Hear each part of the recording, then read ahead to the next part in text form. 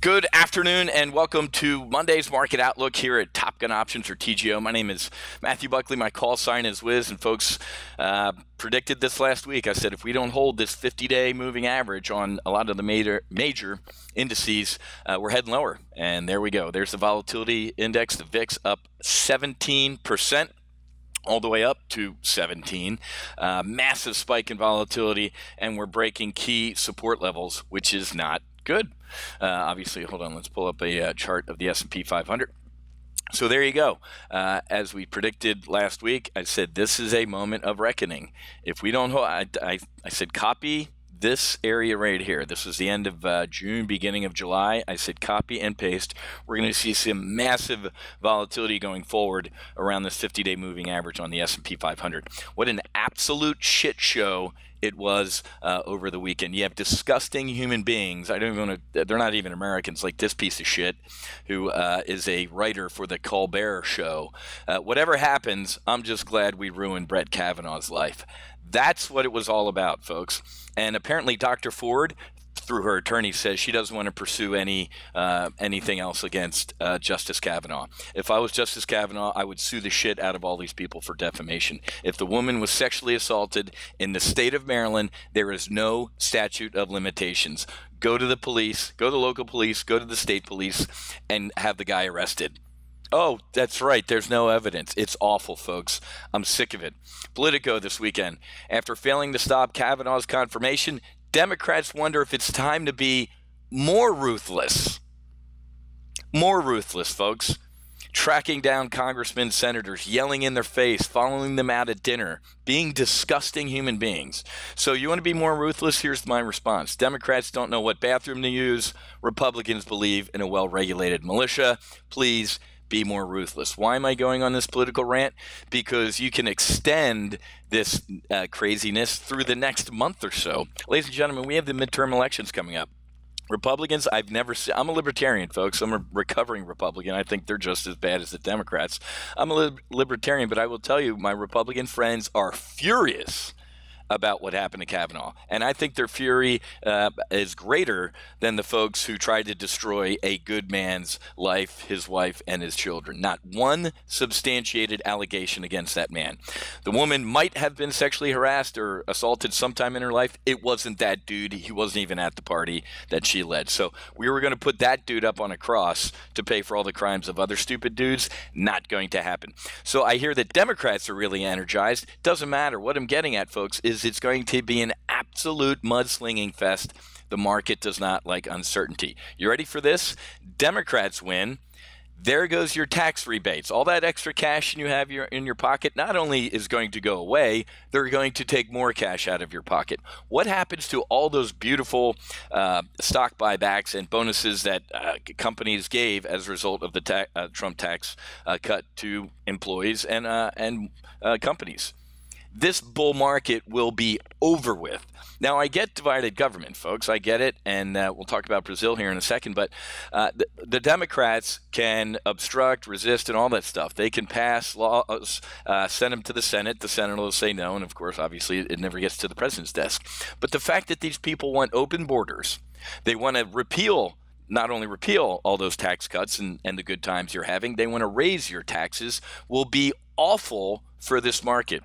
You're listening to one of the only financial professionals on the face of this earth that not only predicted a Trump victory, but a market rally. I will tell you, if they lose the House and the Senate, this market will be cut in half. You will see the Fred Sanford grab your chest, and it will be a heart attack. We will go down to the 200-day moving average. The market don't like Democrats, folks. Okay?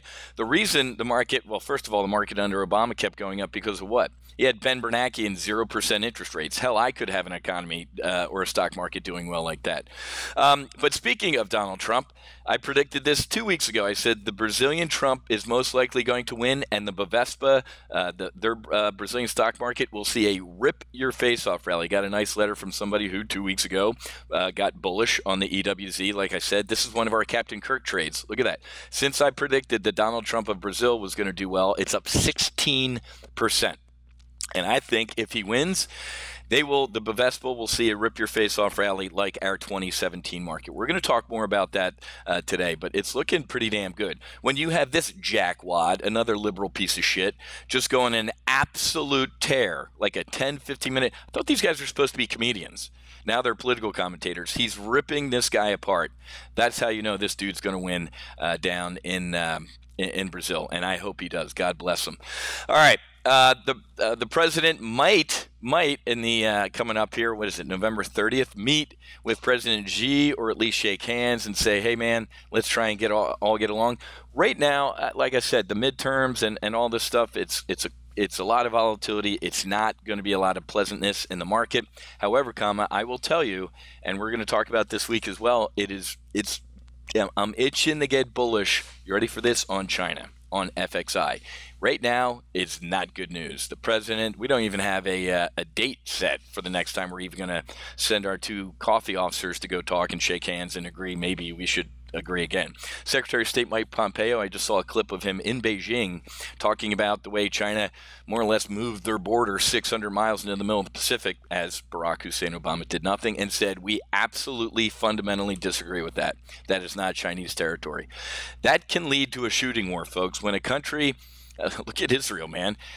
Israel gets invaded, and they see that they have a battle and end up capturing enemy territory. And for the last 30, 40 years, the enemy's like, hey, that's our land. No, it isn't. You lost it in a battle. So that's the way China's thinking right now, is like, if nobody stops us, we're good. That's our land. And the president, almost on a daily basis, is poking him. Sailing ships through international waters. Nobody recognizes that China's done this, but who in the world is going to stand up to him?